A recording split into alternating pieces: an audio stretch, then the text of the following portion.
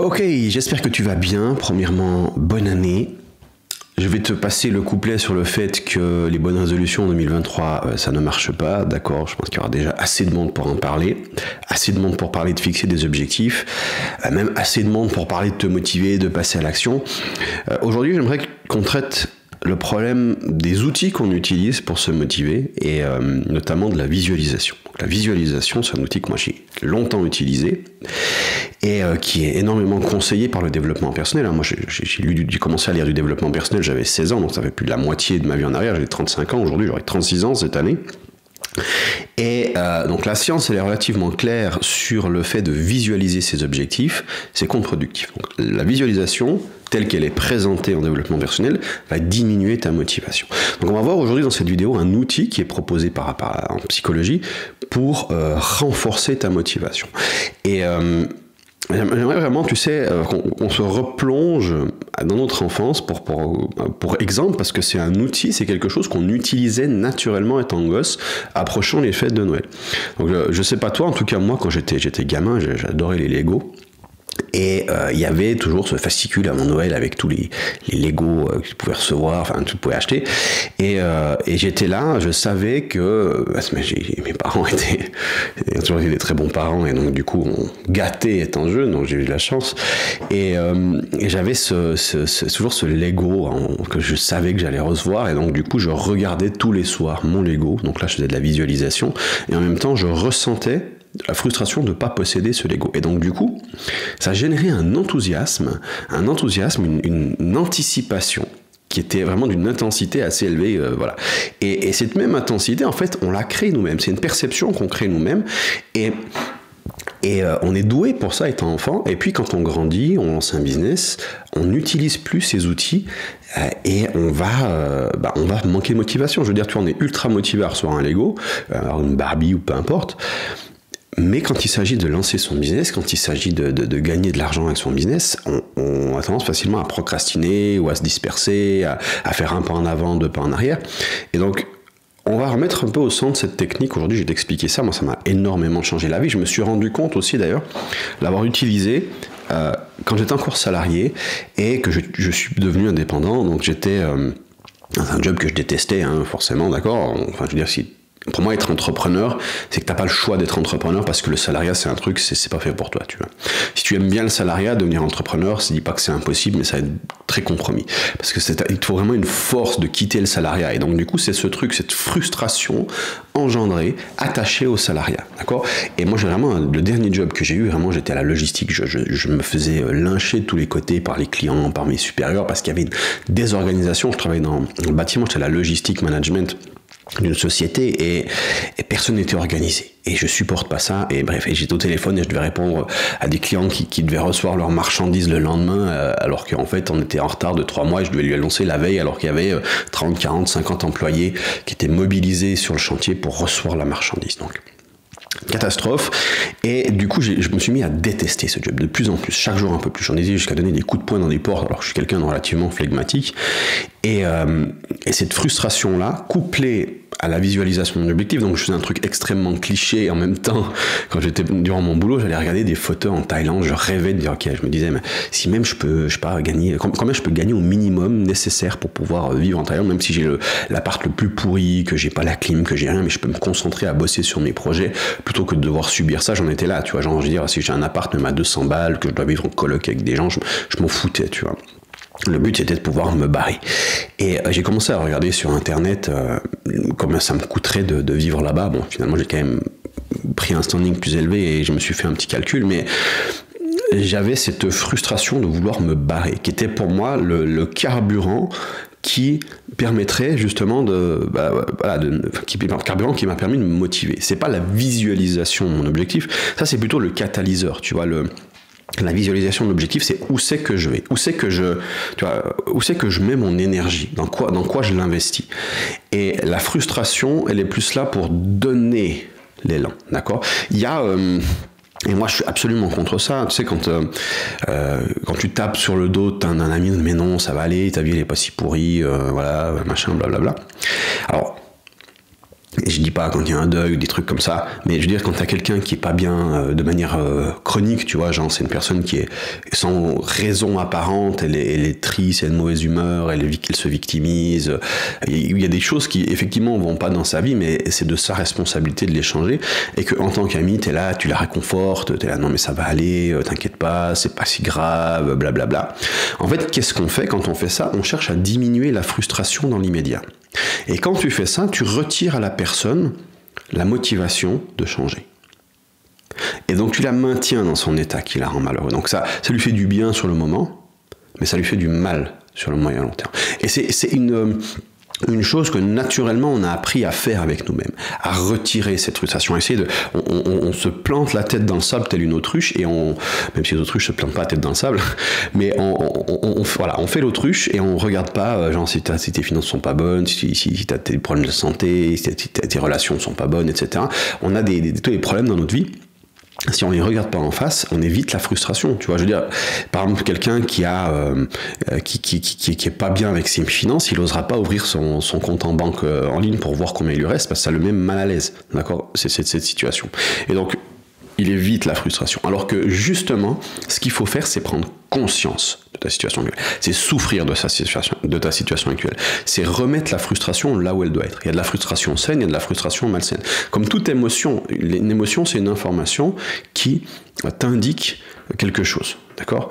Et cette information, c'est pas parce qu'elle est désagréable. Moi, j'aime pas dire émotion négative. Je préfère, tu vois, c'est vraiment émotion agréable et désagréable. Il y a des émotions désagréables qui sont saines, et il y a des émotions agréables qui sont malsaines. Genre, je sais pas, un psychopathe qui tue un bébé et qui est heureux de tuer un bébé, c'est plutôt malsain, d'accord? Donc il y a des émotions qui sont utiles et qui vont te servir, les émotions qui te servent à bouger, à avancer, à changer de direction. Et donc là où je veux en venir, c'est l'outil que je veux te donner, ça s'appelle le contraste mental, ou mental contrasting en anglais. Et cet outil-là, il est très très puissant parce qu'il va créer une tension. Il va créer une tension entre ce que tu veux et ce que tu as. D'accord? Si tu as que l'un des deux, ça marche pas. Si tu es frustré mais que tu sais pas où tu vas, tu vas être dans une situation de fataliste. Tu vois, genre, ok, ma vie elle est pourrie, mais je peux rien y faire. Et si tu visualises et que tu t'imagines déjà les doigts de pied en éventail, cocktail, machin, la plage, ton cerveau va penser que tu as déjà atteint cet objectif, et donc du coup la motivation elle va baisser. Ah non, c'est bon, c'est fait, je suis pas frustré, je me sens bien, je m'évade, tu vois. Et le fait de coupler les deux, de dire ok, je veux ça, mais je suis là, je vois ma situation actuelle, je vois qu'est-ce qui va pas, je vois les obstacles qu'il y a à franchir pour arriver à ma vision, ça m'ancre dans la réalité et ça va me donner cette frustration nécessaire à changer les choses. Et pour moi, la frustration elle est plus importante que le désir. D'accord? Les deux vont ensemble. Mais regarder la frustration en face plutôt que le désir en face, ça va avoir beaucoup plus d'impact. Ça va t'aider ça va te booster, ça va te changer ton niveau de motivation intérieure. Quelqu'un qui procrastine, c'est quelqu'un qui n'a pas assez de frustration de sa situation actuelle. C'est quand tu es un peu frustré de ta situation, mais ça va, c'est encore tolérable. Il faut rendre intolérable. Il y a Dalio qui disait, dès que tu as identifié un problème, il faut arrêter de tolérer le problème. Et justement, tu vois, dans le développement personnel, nous, ce qu'on nous dit, c'est que on veut être heureux, on veut être bien, donc on veut se rapprocher du bonheur, de la joie, de la gratification, de plus plaisir, en fait. Et donc, du coup, tout ce qui est enseigné en développement personnel va dans cette direction-là. D'accord? Et donc, forcément, une technique qui dit aux gens vous devez générer de la frustration, c'est non, mais quand même, je vais quand même pas faire ça, mon objectif c'est justement d'aller vers le plaisir, pas aller vers la frustration, c'est débile, tu vois. Et donc on sacralise le bonheur, on sacralise la joie comme si c'était un état permanent, comme si c'était quelque chose qu'on mettait sur un piédestal. Et ça, pour moi, c'est extrêmement malsain, parce que celui qui cherche à être heureux en tout temps, à tout instant, et qui va refuser tout ce qui est désagréable à court terme, il va nulle part. Tu sais, il faut sortir de sa zone de confort pour progresser, forcément. Toi, si tu vas à la salle de sport, tu peux pas dire ok, mais je veux pas souffrir. Sinon tu n'avances pas. Si tu veux apprendre quelque chose, tu peux pas lire ou étudier des trucs que tu sais déjà. Tu dois aller lire des trucs que tu comprends pas, qui te font un peu mal au crâne, tu vois. Si tu veux avoir des résultats en business, il faut faire des choses qui te font peur, des choses qui sont désagréables, forcément, tu vois. Et donc tu dois dépasser ce besoin de juste être dans l'agréable, tu vois. On nous vend des solutions qui sont agréables. Tu vois, on essaie de retirer la frustration. C'est tout le but du marketing, c'est quand tu vends à tes clients, tu dis, ben voilà, j'ai une solution qui te permet d'obtenir l'objet de ta convoitise sans la douleur, sans la souffrance. C'est un raccourci. Ce qu'on appelle le syndrome de l'objet brillant, shiny object.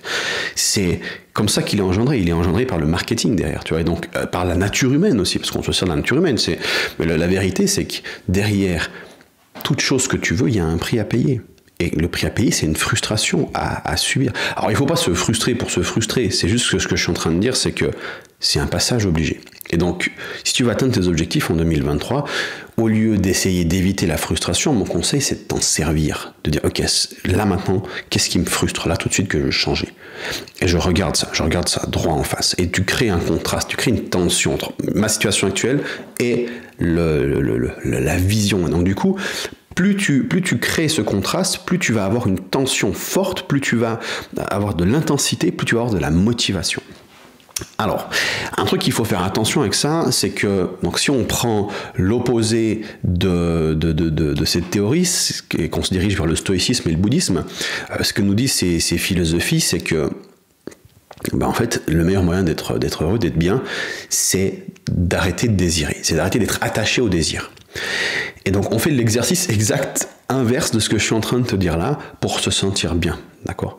Le truc, pour moi, de mon expérience, je suis convaincu qu'il y a un juste milieu entre les deux. Parce que si tu es dans le contentement, tu n'avances pas, et si tu n'avances pas, tu t'atrophies. Et le plus grand bonheur dans la vie, c'est de se sentir progresser vers quelque chose qui nous tient à cœur. Ça engendre aussi du stress. Le stress, parce que c'est important pour nous, il y a un stress, il y a une tension, hein, donc du coup c'est normal, mais je veux dire, c'est comme ça qu'on s'en va. Donc si on fout rien, parce qu'on est content de ce qu'on a, finalement on s'atrophie et notre vie devient de moins en moins agréable et on finit en dépression.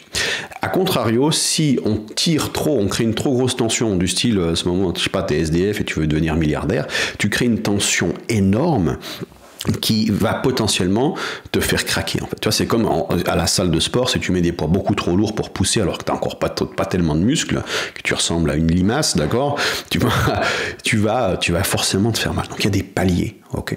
Et donc par exemple, là actuellement, si tu n'es pas indépendant, ton palier, ça devrait être l'indépendance, d'accord. Ça ne devrait pas être le million. Parce que c'est déjà trop gros, tu vois, c'est pas comme ça que ça marche.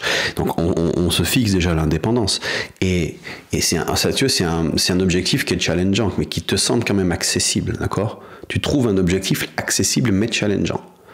D'accord? Parce que si tu te mets devant face à un trop gros objectif, tu crées cette tension, il va se passer quoi? Il va se passer que tu vas créer un désir, mais en même temps, psychologiquement, tu vas te dire, je peux pas atteindre ce désir.